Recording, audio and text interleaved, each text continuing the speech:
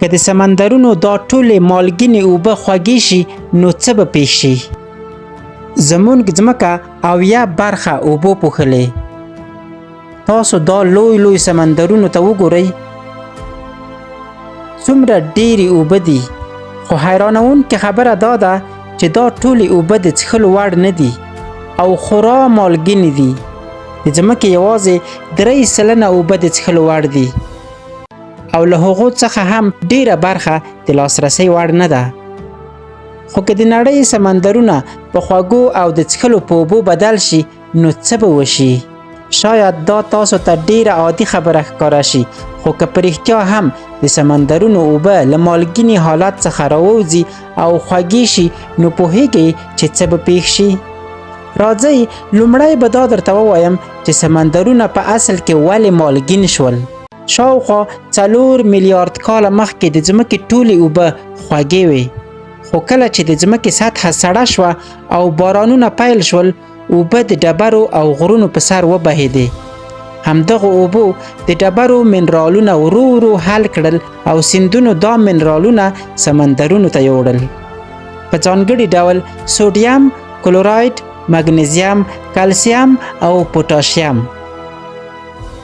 نن په سمندرونو کې دومره مالګه شته چې که پر ټوله وچه ځمکه وویشل شي، د مالګې طبقه به د 40 پوړیزې ودانیو هومره لوړه وي.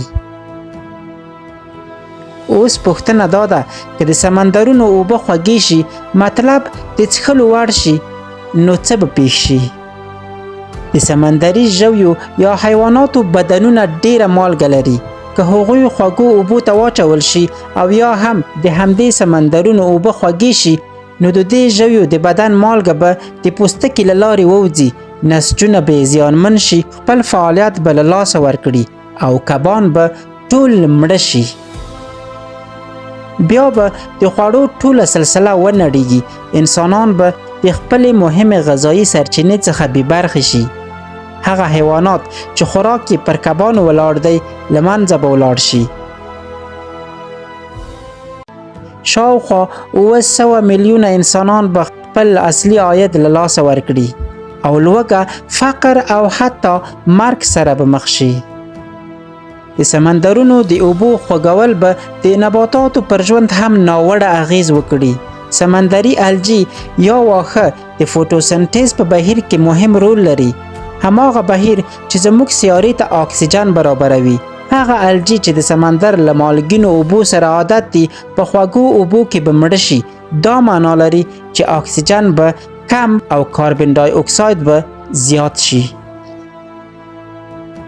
په دغسې شرایطو کې به د خوړو ټوله سلسله سقوط وکړي، ځکه ډیری نباتات به نور ژوندي پاتې نشي، سیاره به لا ګرمه شي او نړۍ به لکه نن چې ده هماغسې به پاتې نشي. د ځمکې اقلیم به په بشپړه توګه بدل شي. په جنوب کې به خلک له یخنۍ کنګل کیږي او په شمال کې به له سختې ګرمۍ کړیږي. کله چې د اوبو مالګه کمه شي، د اوبو کثافت به بدل شي او دا به د بېساري زلزلو، اورغورځونکو غرونو د چاودنو لامل شي. خوږې اوبه د مالګینو اوبو په پرتله سپکې دي، نو د شمالي قطب یخونه به 10 سانتي متره نور هم ښکته شي او د ځمکې تر ټولو سترې سمندري څپې به وچې سیمې لاندې کړي. خو انسانان به ښایي ډیر وخت دغو طبیعي ناورینونو زغملو ته پاتې نشي، ځکه کله چې نباتات، سمندري ژوي او اقلیم له منځه ولاړ شي، انسانان به هم ژر ورک شي. ښایي دا هر څه یوازې یوه خیالي کیسه ښکاره شي، خو حقیقت دا دی چې نړیواله تودوخه لا له وړاندې پیل شوې ده او د اطلس د سمندر د اوبو خوږېدل هم روان دي. ځینې ساینسپوهان باور لري چې د نړۍ تودوخه به د اطلس سمندري جریان بدل کړي. یخې اوبه به استوایي سیمو ته لاړې شي او تودې اوبه به قطبونو ته ولاړې شي، چې دا به د یخونو ویلې کېدل نور هم چټک کړي. د تازه اوبو زیاتوالی ښایي هغه سیمې چې پخوا یخې وي په تودو سیمو بدلې کړي. که دا بهیر دوام وکړي، انسانان به د اقلیمي زونونو له بشپړ بدلون سره مخ شي. ساینسپوهان لا تر اوسه نشي ویلی چې د داسې حالت احتمال څومره دی، خو د پونسټام پوهنتون پروفیسور سټیفان رمسټورف دا وضعیت د اټومي چاودنې له ګواښ سره پرتله کوي. حتی که احتمال یې یوازې 15 سلنه هم وي، بیا هم دا د خطر زنګ دی. خو آیا ممکنه ده چې په کنټرول شوي اندازه له سمندر څخه خوږې اوبه ترلاسه شي؟ هو، د سمندر د اوبو د تصفیې یا ډیسالینیشن ټکنالوژي شته، خو دا لا هم ډیره ګرانه ده.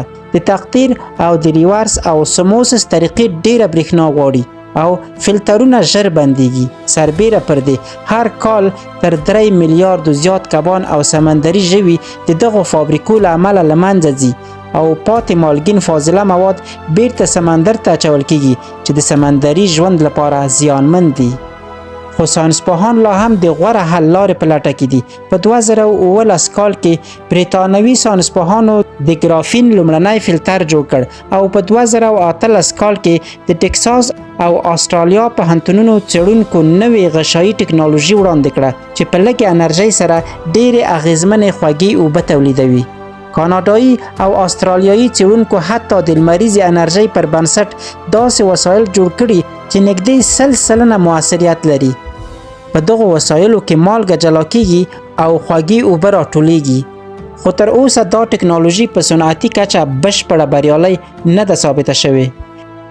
که دا معلومات مو د خوښې وړ ګرځېدلی وي نو یو لایک ورکړئ او خپل نظریات په کومنټ کې راسره شریک کړئ.